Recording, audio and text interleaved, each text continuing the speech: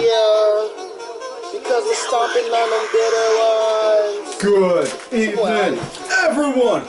Welcome back once again to Vicious Rants, and of course I'm your host, your YouTube Messiah of Anonymity, never duplicated superstar Tim Vicious, and we are talking about Raw this week. Was in San Diego, California, and well, before we get into the start of the show, few things do want to address. We did lose two legends in the business. Yep.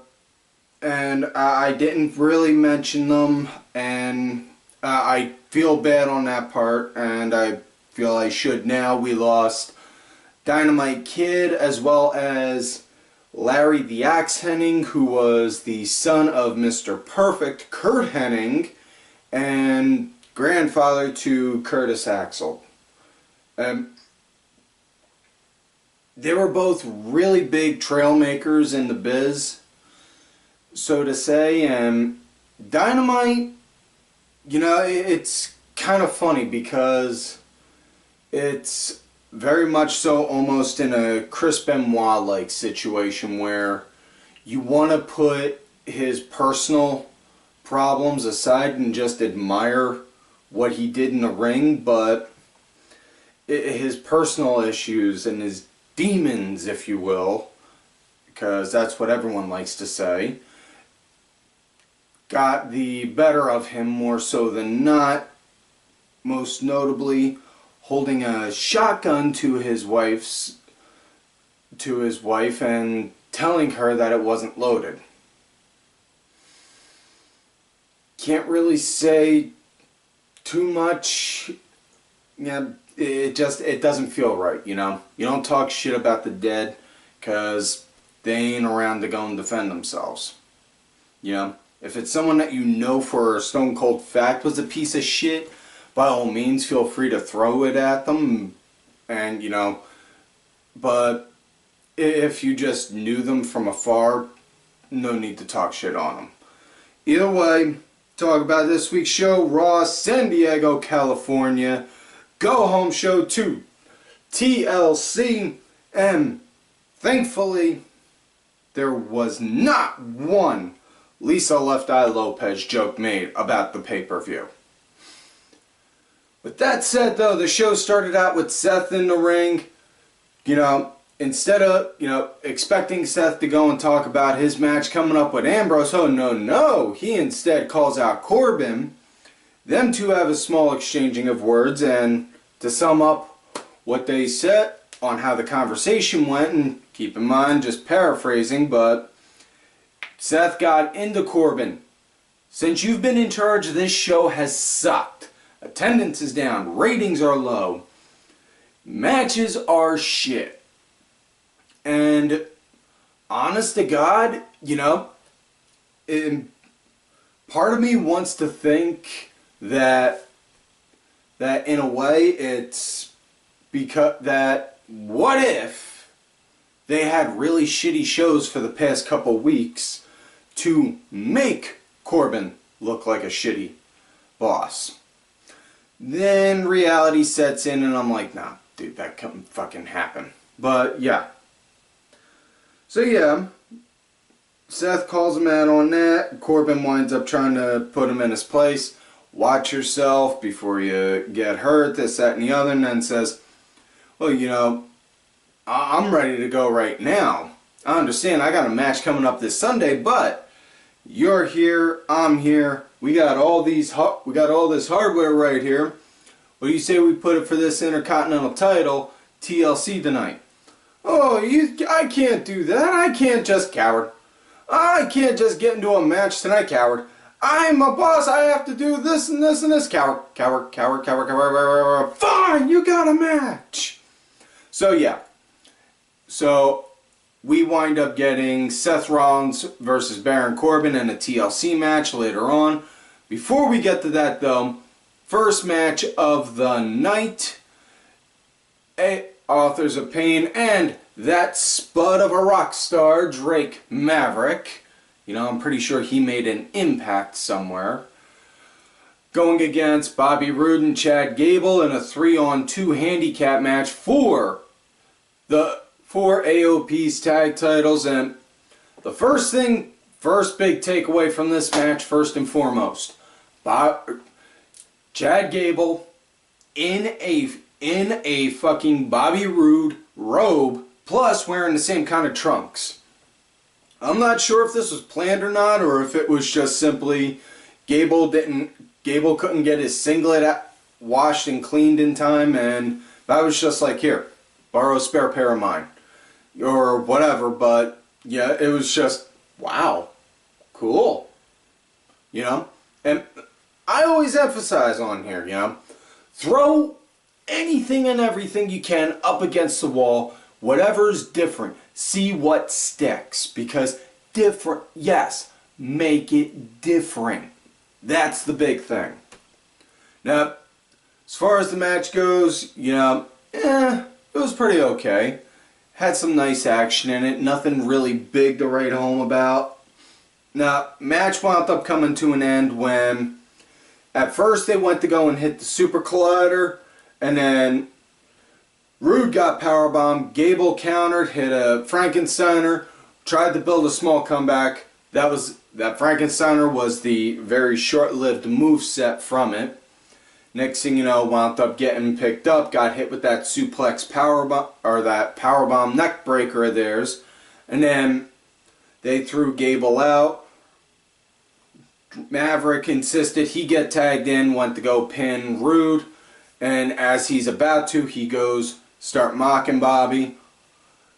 Glorious! And just nonchalant, all nonchalant, like just throws an arm over like this. 1, 2, and then Roode winds up pulling him in for a quick roll up. 1, 2, 3. That is it. So we got new tag team champions.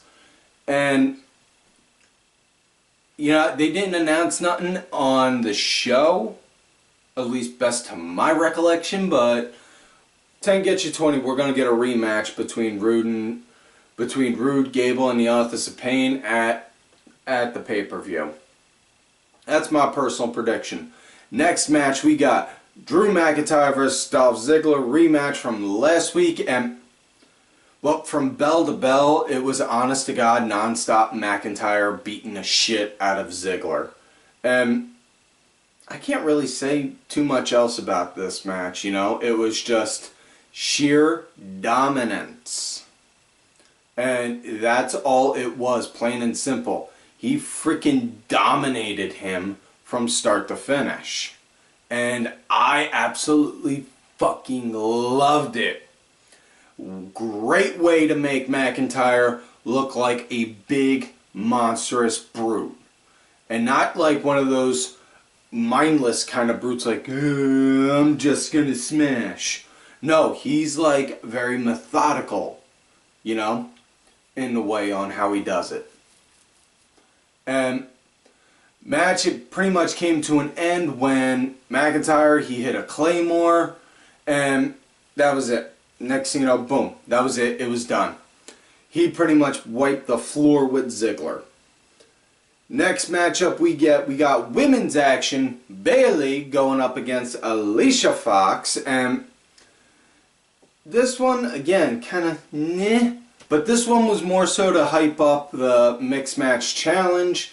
And Finn, he's taken out because McIntyre beat him up last week. That's at least the on-screen reason, according to the dirt sheets. And well, take the dirt sheets with a grain of salt, but apparently Finn's sick. He's got like a cold or a flu or something, and he just needed some time off to lay back at home, get some chicken soup, and heal up a little. So in the meantime, his replacement is Apollo Crews. Not saying nothing negative on that, you know. Apollo, he's a hell of a talent. I can definitely see him going places if they use him right. But again, I'm just speaking from a fan perspective. But as far as this match, Bayley and Alicia, Foxy, she was leading at the start, you know. Next, you know, as the match went on, Bayley started to get some momentum. The Singh brothers went to go run roughshod. Then Cruz comes down, takes them out, and then Sasha, who was ringside with Bayley, then goes to Cruz and says, "I want you to pick me up and throw me at them." And he's like, "You want me to pick? You want me to pick you?" "Yeah, okay." So gets her up and boom, throws him at the Singh brothers and Jinder. Match comes to an end. Foxy, she goes for a running high boot, misses. Bayley gets her with a belly to belly. 1, 2, 3. That is it. So next matchup we get now is Elias, who still looks like that nasty ass hipster that lives like a few blocks away from me. You just see him, you're like, ooh, tss. Spray him with like some freaking cologne or something, make him actually smell good.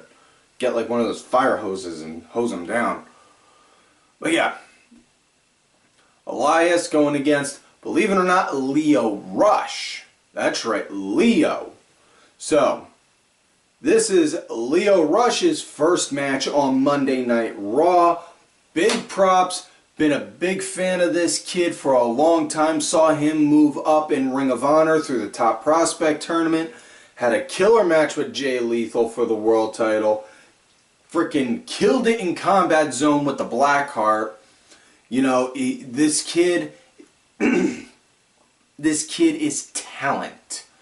And he is, here's the best part about this kid. While he's talent, he's young. He's young enough to mold. While he's raw talent, he's young enough you can mold and make into something bigger and better. So yeah, I'm definitely all for putting Lio Rush on TV in matches as much as possible.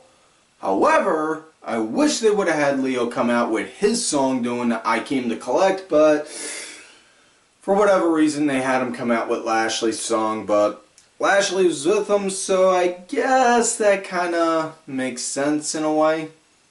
Anyways, as far as this match goes, Heath Slater was the referee, and if you recall from last week, Heath Slater won a match against Rhino to keep a job in the company, but got demoted from wrestler to referee.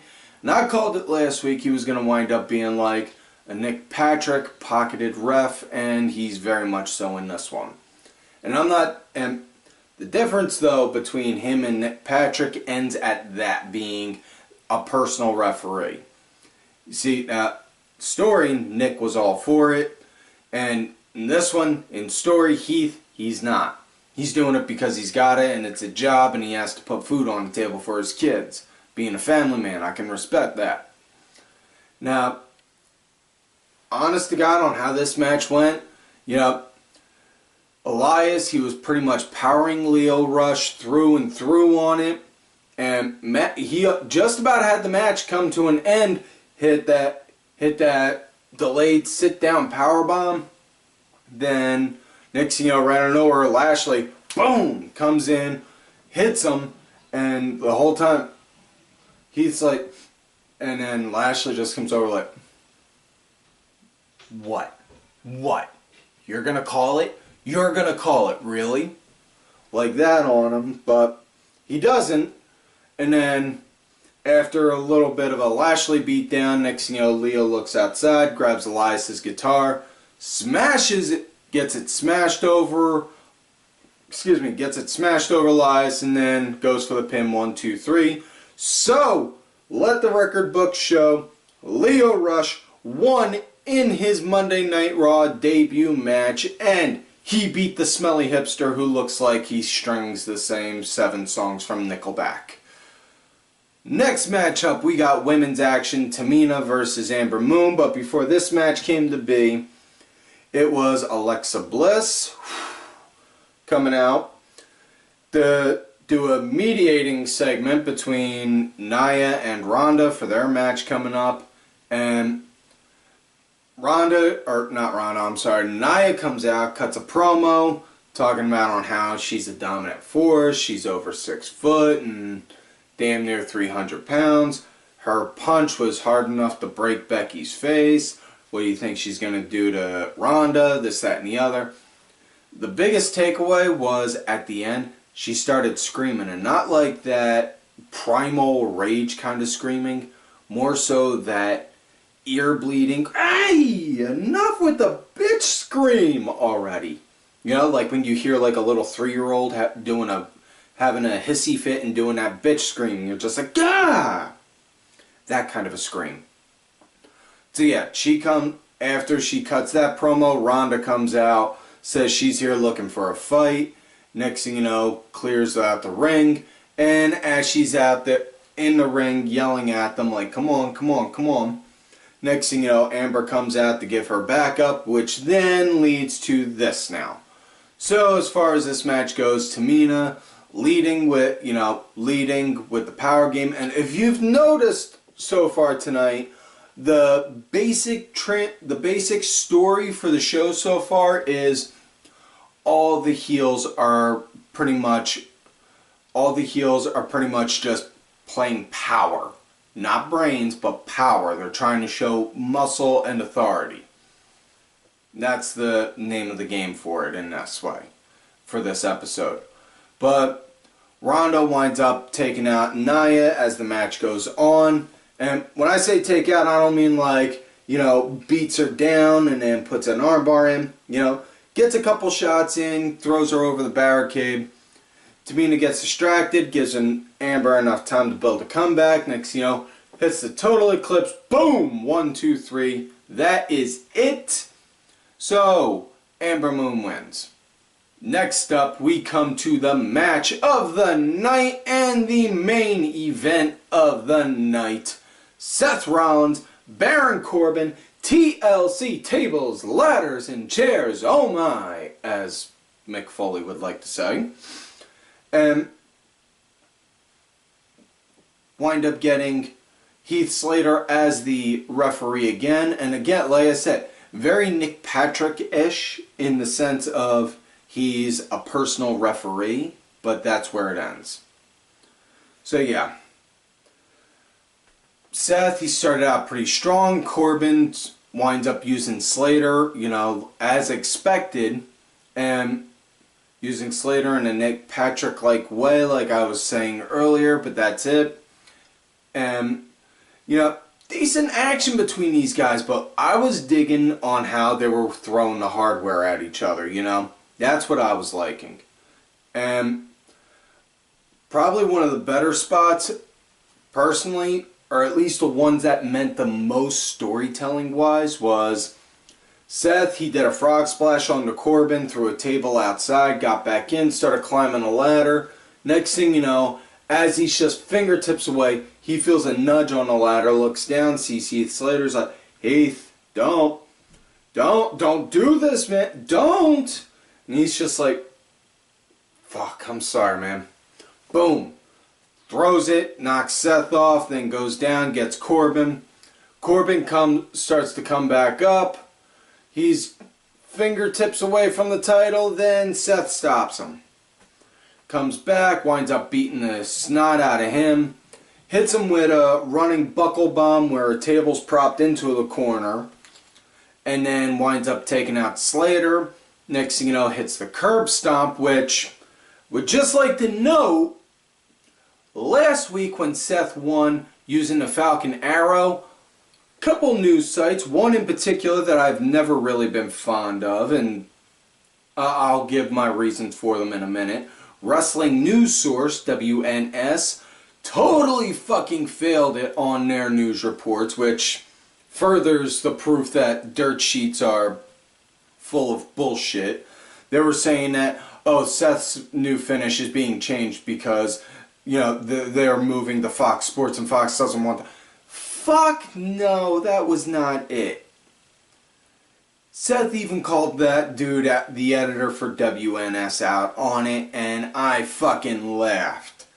And these guys are the same fucking idiots that were swearing, confirming that Sting was going to be Dean Ambrose and Roman Reigns' partner when they were feuding with the Wyatt family when Braun first appeared. And who was the third man for that night? Well, it definitely wasn't Mabel. If you listen to 83 Weeks, you get that joke. But instead it was Chris Jericho. Further diminishes their proof. You know, which is why I say all the time, don't believe everything in the dirt sheets. Because honestly, they're making up news for a made-up sport. That's it, plain and simple. Match came to an end, like I said. He hit the buckle bomb, did a curb stomp, got up, grabbed the title, celebrating. Next thing you know, then Ambrose comes out at the apron, just looking like wearing that Bane jacket still. Mr. Rollins, enjoy your victory while you can. Soon your title will be mine. At least mentally, that's what I like to picture happened. So, yeah, that's it. And so that is it for this week's show, folks. So do not forget to like the video, subscribe to the channel, go back, watch some of the other episodes. Make sure y'all look for me on my Twitter at Tim Vicious. You got another account if I get put in Twitter jail or I get ghosted, Tim_Vicious. I am also on that Facebook gimmick, Tim Ash. If you're gonna look for me on the Facebook gimmick, make sure y'all let me know you found me on there from here or my Twitter at Tim Vicious. So I don't think you got your creep John going. Also, folks, do not forget to follow all of these cool ass cats right here on the Twitter. Axel Mulligan, Kenny Killer, my good brother, I am Danny Sunday, DSB_IB, Cranky Grandpa, Dazzy MWP. Man ups to my executive producer for the show, Oliver Ben, who did provide the music for this week's show. Make sure y'all check it out. It's on iTunes, Spotify, and such. Details are down below. Also, if you want one of these sweet-ass Ollie Rewind shirts, hit me up. I'll talk to Ollie for you. Show the man some love and support. And folks, like I always tell y'all, you love me great, you hate me. I'm done being about feelings, ain't about nobody, it's business. Some of you